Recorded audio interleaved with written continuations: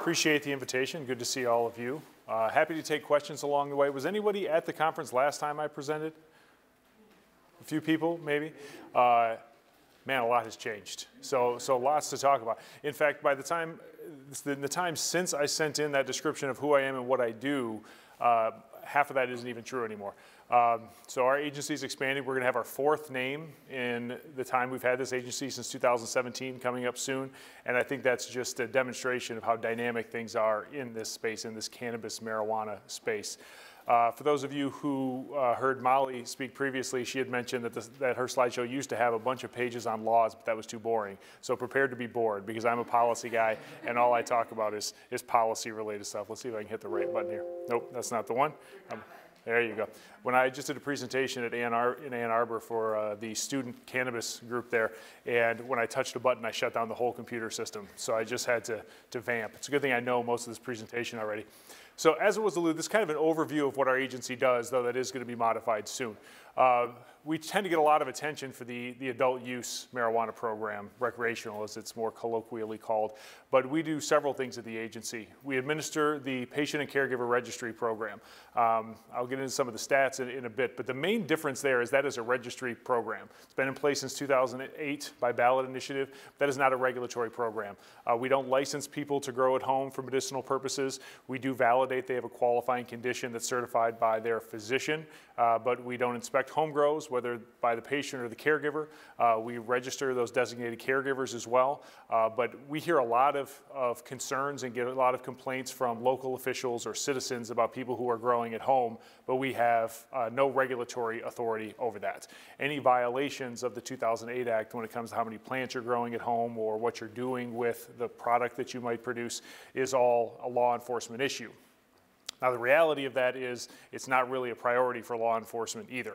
I'll get into some of those challenges a little bit later if I remember, but we don't have a lot of resources or information to add there. We simply make sure that if an application is submitted, it's filled out correctly, we issue a registry card. The end, not a regulatory program. But between 2008 and 2016, a number of dispensaries started popping up throughout the state. So the legislature passed the Medical Marijuana Facilities Licensing Act, created a regulatory system for growing, processing, selling, transporting, and testing medical marijuana. We saw a lot of individuals who were growing in that gray market system move into the regulated market, but that unregulated market, that gray market, still persists pretty heavily in the state of Michigan because we have some of the most liberal allowances for what you can grow at home and what you can possess in Michigan. So it certainly leads to a lot of opportunity there. In contrast to the home grow operations for patients and caregivers, we have a lot of control and oversight over licensed facilities. And this is true both in the medical and then when we expanded into the adult use market through the use of the metric system, the statewide monitoring system. So growers in the state, processors, all of those licensees have to enter everything that they do in the statewide monitoring system, a centralized system the agency administers. The businesses can either put information directly into that, or they can use integrated systems that are a little more user-friendly to input their data there. As you can imagine, getting every licensee in the state, regardless of their level of sophistication, to use one system to enter all this data is very challenging. And I would say for the first year or so, we didn't get a lot of utility out of it. It was a lot of teaching the licensees how to use it, cleaning up the data that was put in there. So it's been quite a challenge, but it serves as a really good tool to ensure we don't have inversion, diversion. We can issue recalls when necessary because we can trace all those products back. And getting us some really good statistics about how the market is working, and I'll get into some of that data in a second. But it's certainly a lot of energy expended by the agency to get that system to be used correctly so that we have good data. It's not designed to force compliance. It's really there to track what's actually happening. And that was sort of a proactive decision we made as to how to utilize the system. With the concerns, the potential for illicit activity and for inversion and diversion of products, we didn't want the system to simply sort of show them what's supposed to happen in the end. We wanted them to be able to input what they were doing so we could track down and deal with any of those issues and actually see what they were doing. Now that leads to some problems on the other side, which is you'll hear from licensees, well, the system let me do it, so I assumed it was okay. So we've spent a lot of time on trying to educate them on the laws and the rules that are in place. And it is a highly complex, highly regulated industry, but we want them to use the system correctly, but not simply assume that anything that happens must be authorized. I heard this mentioned in the last session about banking. So banking was a primary challenge that we were looking to deal with back when we implemented in 2017, because the majority of the industry was operating completely in cash. I heard a story from one retail operator who actually purchased an old bank down the road just to carry their cash and have some place to store it. They were paying employees in cash or in product. They're doing business-to-business transactions in cash. That's really no way to run an industry, especially one that's highly regulated. So we developed some systems and worked with banking partners in the Department of Treasury to help establish possibilities to get into at least having depository services in financial institutions. And by and large, the industry does have those banking relationships. They still can't accept credit cards. They were finding workarounds for that, but when the Safe Banking Act at the federal level didn't get added to the National Defense Act, Visa kind of pushed back against that and they stopped having to use those workarounds. So they still do a lot of cash transactions at the point of sale, but business-to-business transactions and paying employees, they're really starting to get more normalized.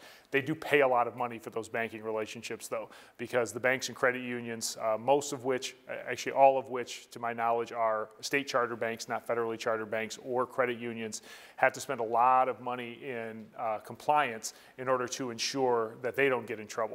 So essentially they're submitting suspicious activity reports for everything that those cannabis businesses are doing. And that's probably going to continue to be the case until there's federal policy reform, and I'll get into that in a minute. So 2016, 2017, we set up the medical commercial system, and then the Michigan Regulation and Taxation of Marijuana Act passed. That was another ballot initiative, and that created both the personal allowances as well as the commercial system, very similar to the medical commercial system with just a couple differences that the agency now administers as well. So that's where we stand today. The adult use law also included this concept of social equity, which if you're ever in conversations about cannabis, you'll hear a lot about social equity. It means slightly different things in different states, but in essence, it's a requirement that the agency support and encourage participation by individuals from communities most impacted by the war on drugs. So really finding opportunities both to support those communities and do direct reinvestment there, but also find pathways for individuals who are from poorer communities, those with high rates of marijuana-related convictions in the Prohibition era, to get pathways into the industry.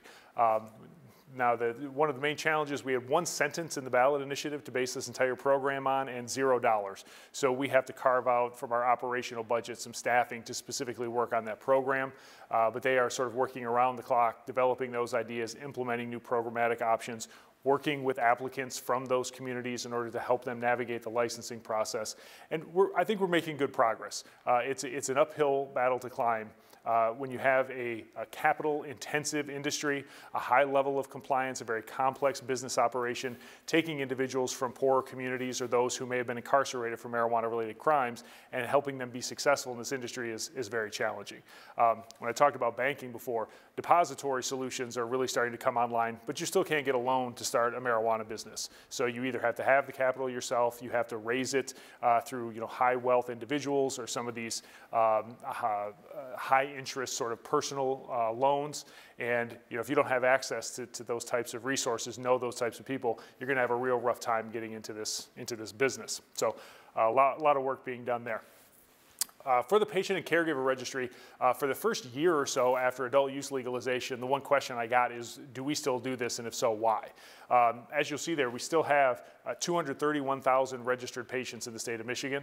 For a number of years, Michigan had the second most patients in the country, behind only California. At our apex there, back in 2018, we had about 297,000 patients. And we've seen a pretty significant dip, as expected, with adult use legalization. Now there's another legal pathway to get access to products. But it actually came up last year, strangely, and now it's starting to decline again. So now we're at about 231,000.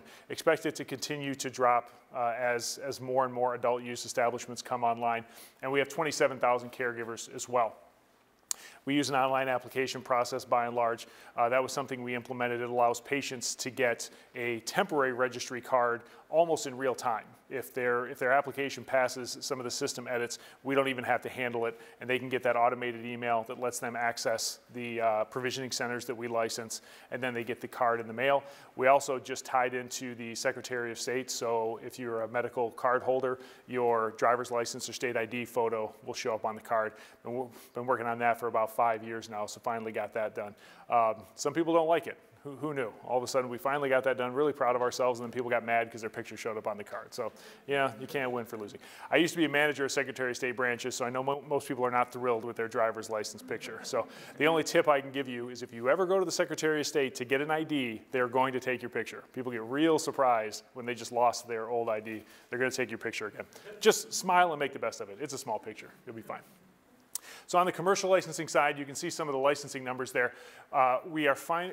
Actually, I think 2 months ago was the first time we actually now have more adult use licenses in the state than medical licenses. Obviously, with that 2-year head start, it took a little while to catch up. About 1256 on the medical side and about 1271 on the adult use side. Now, that's a little bit misleading. That doesn't mean there are 2,400 licensed locations in the state. I think we only have about 500 to 600 distinct locations because in many cases we have multiple licenses at the same site. The way the laws are set up in Michigan, those grow licenses determine how many plants you're allowed to grow. So on the medical side, it's 500, 1,000, 1,500. On the adult use side, just to be complicated, it's 100, 500, and 2,000. So we see, I think the largest operation in the state has about 27 Class C grow licenses at the same location, and they also have a processor license. As you might expect, we have a lot of co-located provisioning centers and retailers in those communities that allow both medical and adult use businesses. It's one store. You wouldn't know the difference walking in, but they do have 2 licenses. And we'll talk about some of the policy initiatives we're engaged in later to try and deal with some of those issues. We have a 2-step process. Most of the qualifications for licensure are about the people holding the license, not the business itself. So we engage in this process we call pre-qualification. So we run their background investigation. We look for criminal history, regulatory compliance history, civil litigation, myriad other things for anyone who owns more than 10% of the business or who exercises control. So in some cases, that's 1 or 2 people. In some cases, it's 50 people. It really all just depends on how they structure the business. So once we complete that process, we consider someone pre-qualified, and then within 2 years, then they apply for 1 or many licenses. That way we issue those licenses much more quickly once they pass that background investigative stage. The step 2 is where we validate municipal compliance, and we actually do the inspection of the facility, and we partner with the Bureau of Fire Services to do those building inspections. So subtle differences, if you look at the number of municipalities, we have 161 municipalities that have authorizing medical ordinances. In the MMFLA, for the state to issue a license, there has to be an underlying authorizing ordinance of the municipality. It has to be a proactive adoption of an authorizing ordinance, and we get the sign-off from the county clerk, or I'm sorry, the city clerk or the township clerk to say that that specific business operated by that person in that location is authorized under that ordinance. On the adult use side, you'll see we have 118 authorizing ordinances, but 1,389 prohibitive ordinances. So the vast majority of municipalities in Michigan still not participating, but the ballot initiative read slightly different in that the agency has to issue a license unless notified by the municipality that the operation of that facility would violate an ordinance. So it's commonly referred to as opt-in on the medical side or opt-out on the adult use side.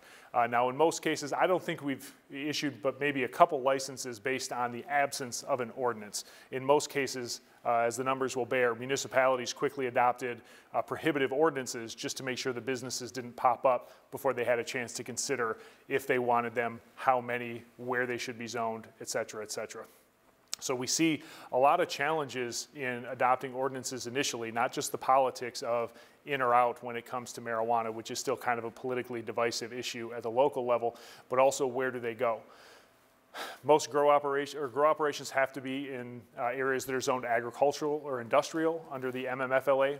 Under the adult use statute, it simply said that they can't be in areas that are exclusively zoned for residential. There are very few areas that have exclusively residentially zoned properties, so it really kind of opened up the door to anything. When we look at the microbusiness, which was a new license type under the adult use ballot initiative, that's a self-contained operation where they grow plants, they process, and they do the retail. There aren't that many of those in the state. There are many reasons why, but I think one of the reasons is municipalities weren't sure where they were supposed to go. You don't traditionally put an agricultural operation on downtown on Main Street, but you don't usually put retail operations out in the middle of nowhere in industrially zoned places either. So that's kind of a tough one to place. Another license type we created under adult use, a couple of them, as we were thinking ahead to what the new issues were around the country when it comes to marijuana policy, were designated consumption establishments and temporary events. So those are opportunities for individuals to consume at certain locations or for temporary events where they can allow consumption or even sales for a short period of time with municipal authorization. We've had a few temporary events. We implemented these just before COVID in early 2019 or late 2019. So obviously COVID derailed a lot of those plans, but we actually issued the first designated consumption license today when I was on my way up here from Lansing. So finally got one of those off the ground. I think we'll have the second one licensed within the next few days as well. So we work a lot with municipal officials when it comes to their questions, but frankly don't have a lot of specific answers to the questions. In particular, how to go about implementing an ordinance without getting sued is very challenging. Municipalities can't sneak under the radar now and adopt authorizing ordinances. Every business around the state is going to be flooding their township or city council meetings if they have an authorizing ordinance or they start discussing it. So what we did do is put out a 2-hour video where we pulled in some local officials and attorneys who worked with municipalities in adopting ordinances to answer some of the common questions and give their guidance.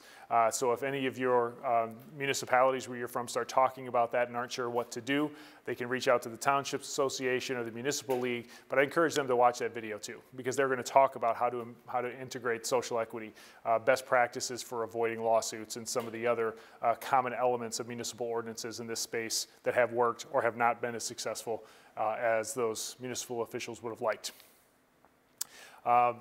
We spent a lot of time specifically on licensing when we set up the program, but regulation on the back end is also very critical. We have lots of staff whose sole focus is to be out in the field doing investigations and inspections. We have a full team that does legal review and issues complaints and goes through the adjudication process as well. We have a typical administrative procedure where we issue a formal complaint. Licensees can attend a compliance conference where they can present mitigating factors, they can agree to certain violations and certain penalties, and avoid going through a hearing. The vast majority of the orders we issued, in fact, I think we've only had 1 or 2 that went through an adjudication process. Most licensees are willing to pay the penalties, accept responsibility for certain violations, and learn and do better. I think ultimately that's a good thing. We've really focused a lot of energy on outreach and education and collaboration. And by and large, the businesses in this space want to run compliant operations. Just to be honest, there's a lot of naive business people in this space. Folks who just ran sort of a small home-based business. They were involved in something that at best was in a gray market. And so they're not really used to cooperating with government and asking questions. They're used to just trying to stay clandestine. So we try to take the approach where we over-communicate. We offer lots of opportunities for education, to take questions at our public meetings, engage with a lot of different work groups in order to try and help folks stay compliant. But eventually, if people don't follow the rules, we issue administrative orders. So we've issued 100 orders on the medical side, only 27 on the adult use side. We issue a lot of parallel actions now. If there are violations at a retail establishment, that can affect both their provisioning center and their retailer license. So sometimes we'll see duplication of effort there a little bit. It's a little bit far away, but some statistics as to what's happening in the market. That top chart there is retail sales, so the value of retail sales, and the chart at the bottom is the retail price of flower. That's a very good benchmark for us to analyze sort of what the market is doing. So you'll see at the top, the blue line there is the medical market, has kind of leveled off after adult use came online. Adult use went gangbusters for the first year and a half or so, and now has really started to level off. But the volume of sales, which is about $150 million a month in overall sales throughout the state, has to be balanced with the fact that the retail price came down 53% just over the last 12 months. So the volume of products being sold still continues to go up every month, but the price is coming down faster than the volume of sales is going up. And I'll share some numbers in just a second. But starting to get inklings and concerns raised by those on the production side of the industry that there might be oversupply. They built business plans based on certain price points, and that's being affected by the amount of supply that's in the industry. one of the concerns we have is we have no controls over any of that. We're specifically prohibited from setting price floors. We can't cease issuing licenses. We can't control the number of licenses. That's all done at the municipal level. So we're just kind of watching with everybody else and trying to determine if policy decisions need to be made. But we still have not a ton of evidence, right? It was in this complete growth phase and now it's starting to level off. The price did go up between January and February though, so that might be a sign of stabilization. Yes, sir. I don't know much about the tax part of it, but is this subject just to Michigan sales tax or is there additional taxes on this product because of what it is? Yeah, I'm glad you asked. On the next slide, we can talk about taxes. So we'll jump down to the bottom there. So there is a 10% excise tax on the adult use side. When the 2016 law was implemented, there was a 3% excise tax on medical sales, but it had an automatic repealer if adult use or recreational was legalized. So that went away. So there's the 10% tax and then the 6% sales tax is on top of the 10% plus the retail price. So Michigan has an effective tax rate of 16.6%. That puts us, I believe, the lowest in the country except New Jersey and Alaska, which have no specific taxes at all. So we have $1.6 billion in sales between the two markets in fiscal 21, which brought in $103 million in sales tax, $110 in excise tax. Projecting this year getting up to $1.9 billion to $2 billion in total sales, and that should bring in about $123 in sales tax and $153 million in excise tax. That top chart shows the harvested plants. So we saw a little bit here about the volume of retail sales and retail prices. Then we also track the number of harvested plants as a benchmark for the supply. You'll see we had such an increase in October of 21 that it makes everything else almost look like a straight line. We used to have that jump in October of 20, so October is when all the outdoor farms come down. The majority of marijuana is grown indoors, particularly if you're trying to sell raw flower, you're almost certainly going to grow it indoors. Some of those outdoor farmers grow more biomass for the purpose of making distillate for concentrates and infused products like vape cartridges or infused edible products, gummies, things like that. So I've started to learn to not give predictions anymore because as we approached October of 21, what I told people is there's no way we'll see the jump like we did last year in October. And as you can see, I couldn't have been more wrong. We had about a 250% increase in the number of harvested plants over that 1 month. So when we look at the depression of retail prices, that sort of tells the story right there, right? You have such a dramatic increase in supply, that's obviously going to affect wholesale and retail prices with that competition in the market. And as you'll see, even after that big month, the next few months, we still had more harvested plants in the successive months since than we had before as well. And this is all before we just had the largest grow operation in the state come online last month as well.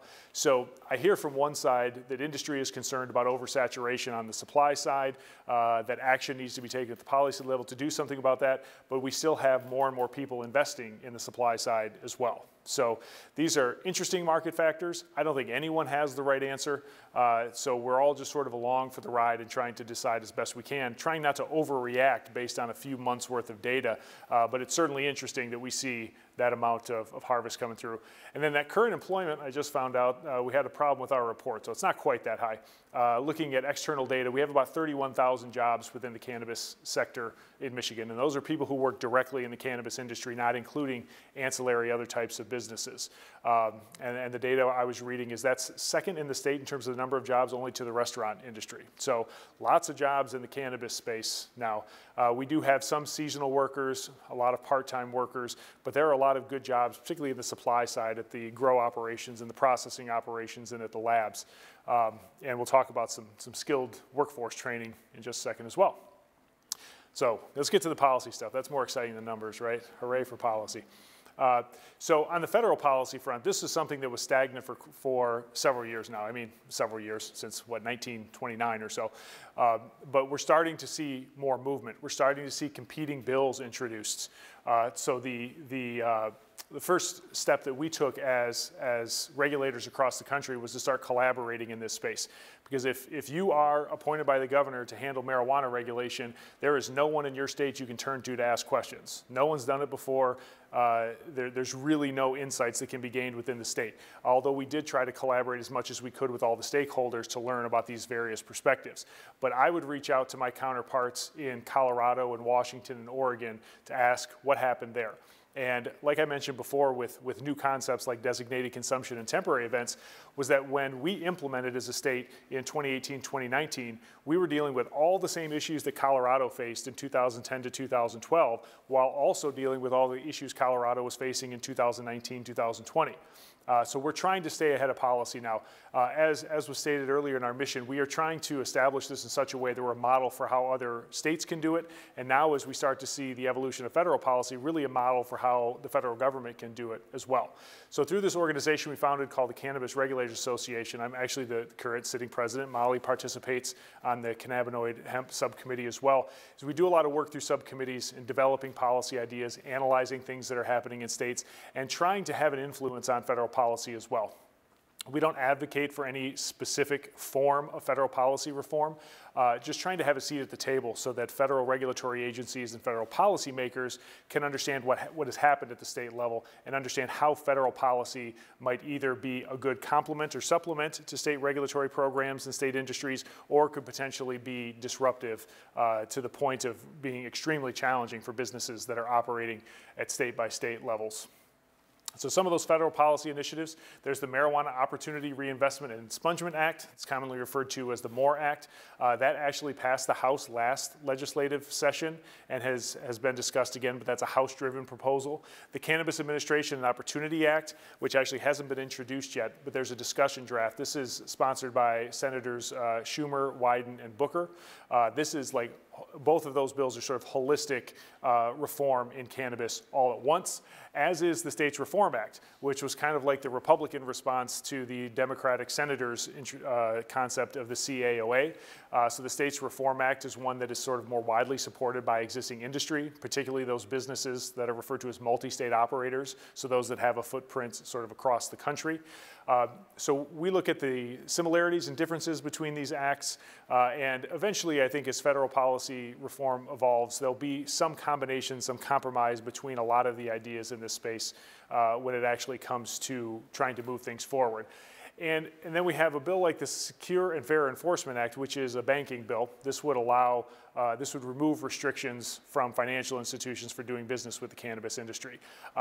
So for a while, this was the only thing that was being discussed, and it sure seemed like federal policy was going to happen like this in small doses. So banking reform first, maybe some decriminalization over here, and just slowly but surely start to whittle things away. However, Senator Schumer, once the Dems took control, by small margin, they have control of the Senate now. He indicated that they will not move anything in the Senate under his leadership unless it's more broad-based reform. So now everything is sort of at a standstill again.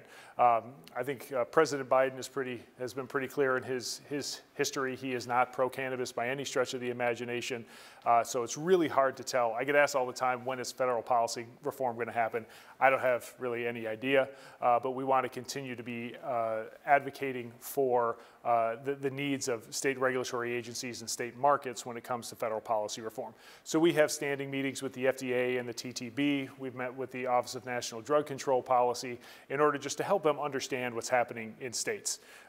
As you can imagine, with a prohibitionist approach at the federal level for so many years, they just don't necessarily really have a good finger on the pulse of what's happening in states.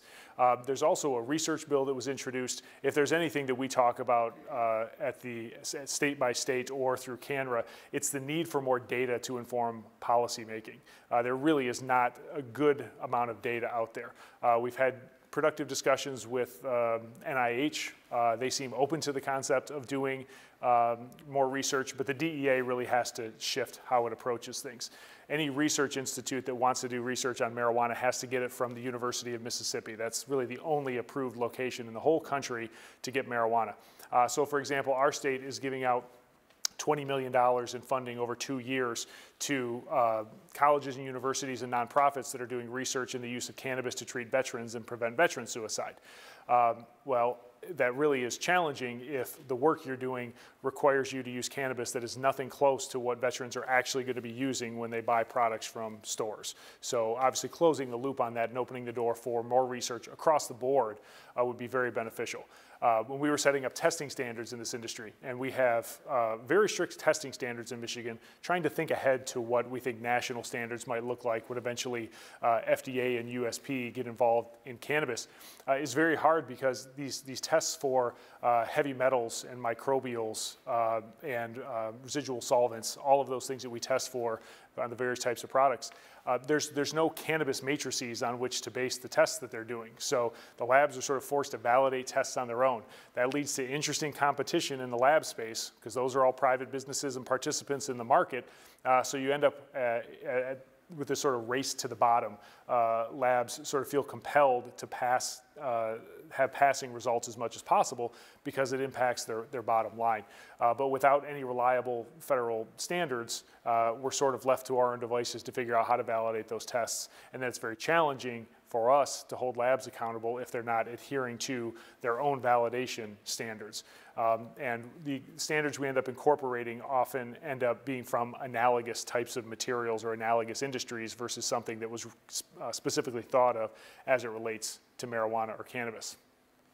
On the state policy level, you heard a lot from Molly about marijuana and hemp intersections. I know when I first got into the marijuana side, started working with Gina Alessandri, Molly's predecessor, I always assumed that marijuana and hemp would get farther and farther apart. And really the opposite has happened. They just keep getting closer and closer together. The Delta 8 THC issue really underscored that the definitions used for what marijuana is, individuals were finding ways to work around that through isomerization and taking CBD and turning it into intoxicating products. So we went through a bill package to update the laws in Michigan.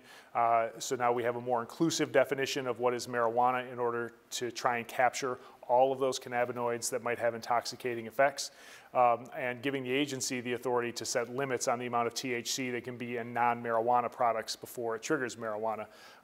We realized that 0.3% threshold of THC that made something industrial hemp worked just fine when you're talking about plant material, but when you're talking about finished consumer goods, you could have something that's the size of a Coke can that's 0.3% THC but has over 1,000 milligrams of THC. For anyone who's not a cannabis consumer, that's a lot. You're gonna have a real bad night if you consume that much THC. Even high-end users, and if there are avid high-end users, I probably met them all in my day, they're consuming 50 to 100 milligrams in a sitting or over the course of an afternoon. So 1,000 is way too much. By comparison, we don't allow a single package in the adult use market to have more than 100 milligrams of THC or more than 10 milligrams per serving. So we needed to have some standards for finished products as well. And that's actually in a rules package moving through now. Also looking at commercial tribal operations. The ballot initiative did not at all address sovereign tribes. There are 12 federally recognized Native American tribes in Michigan. The supply chain is very specifically defined so that licensees do business with other licensees. So we have a bill that's in the House now that would allow the agency to enter into compact agreements with tribes so they could have independent operations that could access the state market and could engage in trade with state licensed operators. We want consistency across the market. There is an adult use establishment here on tribal lands up in Petoskey, but you wouldn't know it was on tribal lands as a consumer, so we want to see similar packaging and labeling and safety standards across all of those operations, and that's the goal there. Hopefully we'll get that done before the summer break.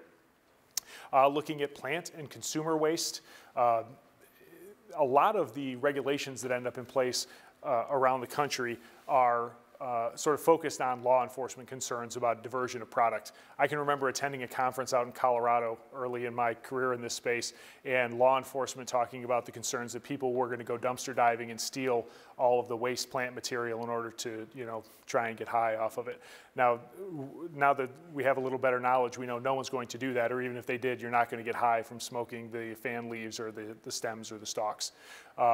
So in response to some of those concerns, our rules require that they render all plant waste unrecognizable or unusable. So they have to mix it with 50% other types of organic waste, and then it all goes to the landfill. So obviously that's tremendously wasteful. So we've been working on some policy that would allow for greater composting, other means of disposing of plant waste other than just dumping it all in a landfill.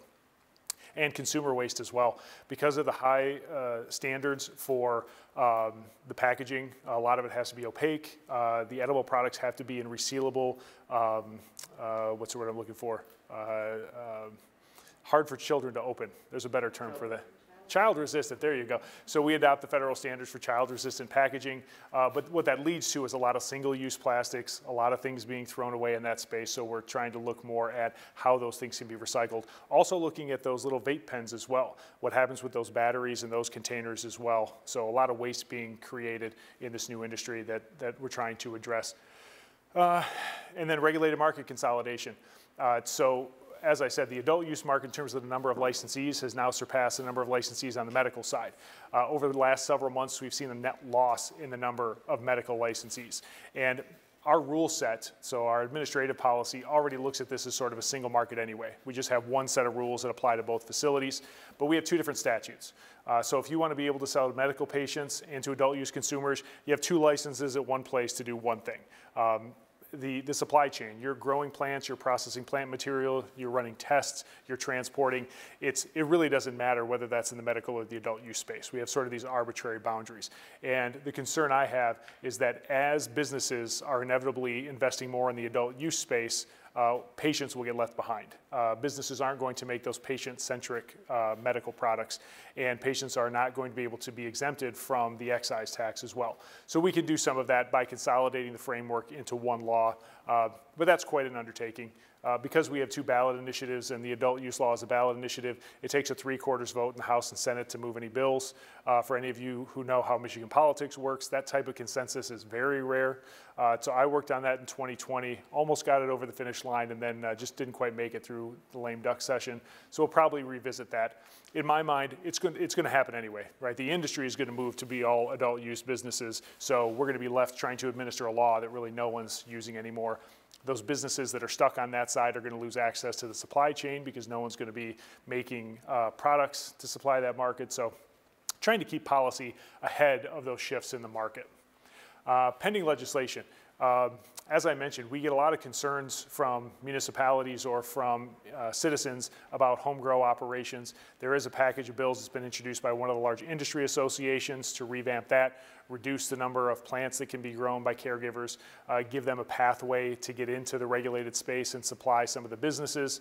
But obviously that kind of flies in the face of both what the ballot initiative in 2008 did. Activists and advocates are very concerned about it. Some of the businesses are concerned about the competition if you start letting independent growers feed products into the system. So that's been a little divisive. Paired with that, there's also a grant program for minority and women-owned businesses. A great idea and concept that we support. They didn't allocate any funding for it. Hard to administer a grant program without any money. Kind of doesn't help all that much, but we'll see what they come up with there. Another bill about smoking marijuana in public. This was, the ballot initiative already says you can't smoke marijuana in public, but there was some question about whether restaurants are public or not. I made the argument to the legislator who introduced this that there is case law saying that restaurants are public, but it was sort of flew under the radar that the Indoor Clean Air Act only applies to tobacco. And when there were discussions about opening that up to have it apply to marijuana, all of a sudden the vape industry came out of nowhere and started to have an influence. So they said, we don't want to touch that, so it just is what it is. So this bill would specifically say it's a violation of the law to smoke in a restaurant. And I think some of the restaurant operators think that'd be helpful as well because they get stuck answering that question when people want to smoke marijuana in a restaurant. And then another bill about treating students with medical marijuana or CBD. This is another one of those issues that falls along interesting lines because marijuana is still illegal under federal law, and the 2008 law for medicinal use specifically says that you can't possess or consume marijuana on school buses, on school grounds, or I think within 1,000 feet of a school can still be an issue. So if you go back to one of the slides earlier, we have 262 minor patients in the state. The majority of those minor patients are using cannabis products to treat seizure disorders, although we do have a number of other conditions that affect young people where they're using cannabis. And I've talked to a lot of parents who then have to go to school. Their cannabis medicine is in a pill form like any other pill, but they have to pick the student up, they have to take them 1,000 feet off the property, give them the pill, and then take them back to school. So that bill was introduced by Rep. Garza in order to remove that restriction. On the flip side of that, when you talk about schools and the intersections with cannabis, the adult use law says that a business can't be closer than 1,000 feet of an existing K through 12 public or K through 12 school unless the municipality shrinks that distance, and some of them have. The bill that was introduced would actually require the approval of the municipality, but also the approval of the school's governing body if the cannabis business was within 1,000 feet of the school. So still a lot of differing opinions about the impact of having regulated cannabis businesses and how close they can be to school, and the use of cannabis by patients on school grounds. On the administrative front, as I said, we have 10 rule sets that we just amended and went through. We are constantly in a period of updating our rules as things continue to change. It takes us about a year to change the administrative rules, so we just implemented those a week ago Monday, and we'll probably submit a new request for rulemaking and make some changes coming up very soon still. But we implemented a couple of different things. The two big picture changes are some new license types that we created by rule. One called the educational research license. As the cannabis industry evolves, one of the things we want to do as an agency is support Michigan's position as a leader in this space. And as we see some form of federal legalization taking place, it's not likely that Michigan is going to be the best place for creating supply. A lot of the cultivation is done indoors, but obviously if it moves outdoors, Michigan's not an ideal location for that. So we continue to try and push for more education and research. We have some of the best academic programs in the country when it comes to cannabis education at Northern Michigan and Lake Superior State. Kalamazoo Valley Community College just started some cannabis certificate programs. I just got an email this week from a professor at Grand Valley that's going to have some certificates as well as a minor in cannabis studies there as well. And the educational research license is intended to allow a post-secondary institution to get a state license that should allow them then to get a DEA registration. So as the DEA starts relaxing standards, they can actually do more hands-on activities. The schools, so both Northern and Lake State have cannabis chemistry programs now, but they can only possess hemp. They can't possess any marijuana products. They can't possess any marijuana plants or products or do anything that's plant touching. So hopefully we can provide some pathways to help correct some of that. And then the Class A marijuana micro business is an expansion of that vertically integrated model, addressing some of the concerns about the expense of processing equipment and the limitations on biomass to make that business successful. So those were just effective last week. Also reduce the fees. Everybody's happy when we do that. Allowing for limited contact transactions. The industry pivoted very quickly on the retail side to doing curbside service. We had prohibited drive-thrus previously, so now we'll allow those things, but it is subject to municipal oversight. Heard from a lot of municipal officials that some of the like downtown stores having curbside or drive-through just wasn't conducive to traffic patterns, so we still allow that. Some statutory changes, including warnings and informational pamphlets. Warnings now are required in all advertising and on packaging about the risks of pregnant and breastfeeding mothers using cannabis products.